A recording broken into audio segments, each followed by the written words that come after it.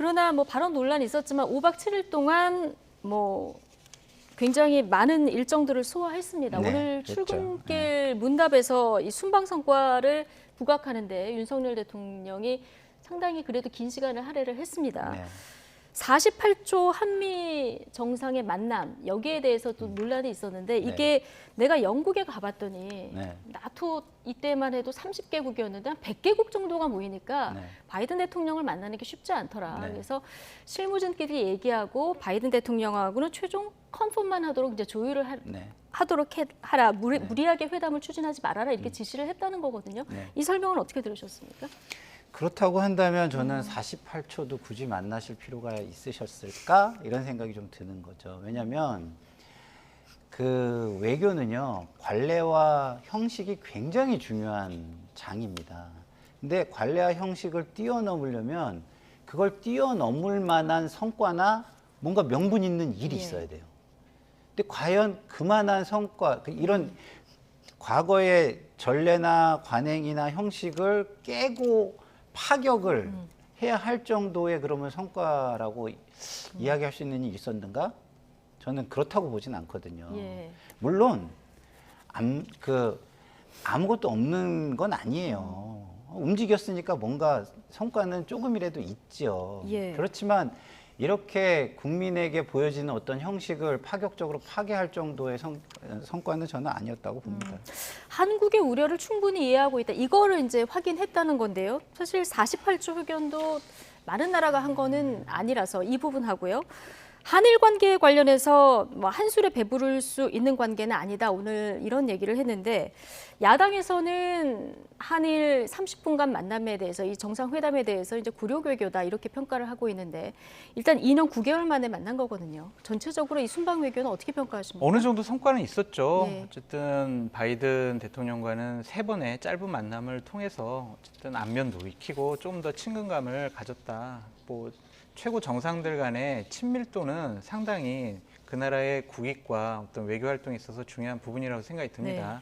이번에는 어쨌든 친밀감을 높였다라는 부분에 대해서 높게 평가해야 될 부분도 있고요. 네. 한일 정상회담과 관련해서는 일본이 문재인 정권 시절부터 쓰지 않았던 단어를 쓴 거는 맞아요. 미래지향적인 관계. 예. 이거는 정말 새롭게 나온 단어거든요. 그래서 한일 관계가 새로운 뭐 동맹, 우호 관계로 발전할 수 있는 첫걸음을 띈 거는 맞는데 그럼 첫 걸음을 띄웠는데 네. 해리스 미국 부통령이 29일에 그렇죠. 윤석열 대통령 예방을 하고요. 네. 그리고 한덕수 총리가 28일에 기시다 총리를 만난다고 합니다. 네. 이게 순방 성과에 이어서 조금 더 이어가면서 구체적인 성과를 낼 수 있을까요? 그렇죠. 두 걸음, 세 걸음 뛰어가는 건 맞는데 쉽지는 않을 거예요. 위안부 피해자 할머니에 대한 보상 배상 문제, 강제징용 부분 그분들에 대한 보상 배상 문제, 한국에 있는 일본 기업들의 자산 뭐 몰수 문제 이런 분들이 일본에서 과연 포기할 것이냐 이 부분을 과감하게 양보할 것이냐라는 것에 대해서는 좀 회의적인데 네. 일단은 대화의 물꼬를 터서 이러한 부분도 차근차근 서로 합을 맞춰 나가는 것은 중요하다. 그 점에 대해서는 인정을 하는데 네. 저는 한일 관계가 동맹, 안보 문제만 갖고 접근해서는 안 된다고 봐요. 예. 왜냐하면 특수관계가 있잖아요. 그렇죠. 과거가 있고 역사가 있고 감정이 있는 부분 아니겠습니까? 우리가 국익을 위해서는 대통령이 다른 나라 대통령이나 수상이 있는 곳에 찾아가서 만날 수 있어요. 하지만 일본과 대화할 때는 국가적인 자존심, 국격도 정상회담에 있어서 고려돼야 할 가장 큰 요인 중에 하나라고 생각이 듭니다. 이번에 저렇게 대통령께서 찾아가서 만난 것에 대해서 일본에서는 벌써 이러잖아요. 우리가 윤석열 대통령 체면 살려줬으니까 당신네들도 우리한테 뭐 하나 줘야 되는 거 아니야? 이런 식의 얘기를 하고 있잖아요. 이거는 외교가 아니죠. 이건 협상이 아닙니다. 이거는 굴종이라고 할 수가 있거든요. 이러한 국내의 야당과 언론과 저 같은 사람의 비판에 대해서 너희들은 왜 대통령이 며칠 동안 가서 고생했는데 이렇게 폄하하려고 그래? 그렇게만 생각하지 마시고요.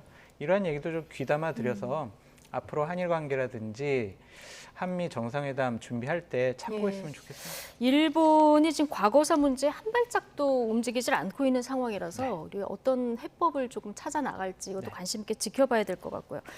자, 역대 대통령들 순방하고 나면은 지지율이 오르는 경우가 그쵸. 다수죠. 자, 지지율 변화가 어떻게 됐는지 한번 보실까요? 리얼미터 여론조사인데요.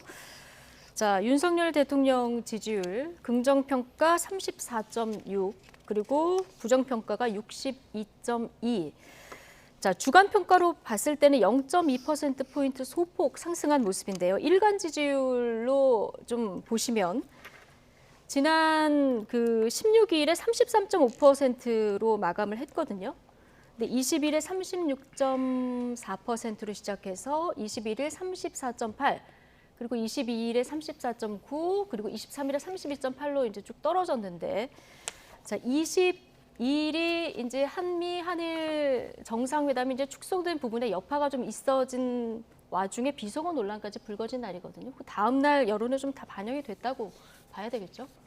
근데 뭐 여론조사는 사실은 추세가 굉장히 중요하거든요. 네. 근데 추세가 좀 이렇게 반등해서 올라갈 것 같은 에너지를 축적하는 가운데 하향 추세로 돌아섰다는 게 굉장히 저는 예. 아픈 대목일 것 같아요.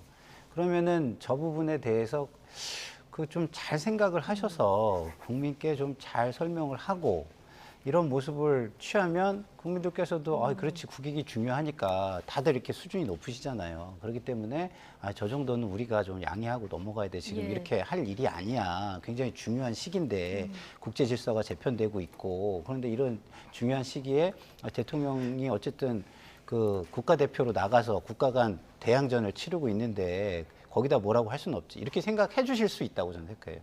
근데 지금 돌아오셔가지고 보여주시는 모습은 제가 볼 때는 국민을 믿기보다는 국민을 끌고 갈 수 있다, 국민을 몰고 갈 수 있다 이렇게 생각하시는 것 같아서 저 굉장히 좀 안타깝다는 말씀을 드리고요. 예. 그런 자세가 계속되면 제가 볼 때는 저 추세, 하향 추세로 돌아선 부분을 다시 반대편으로 꺾기는 쉽지 않을 거다라는 생각이 네, 듭니다. 지지율을 다시 반전시키려면 어떻게 대응하느냐, 자, 이게 더 중요하다는 말씀이신데요.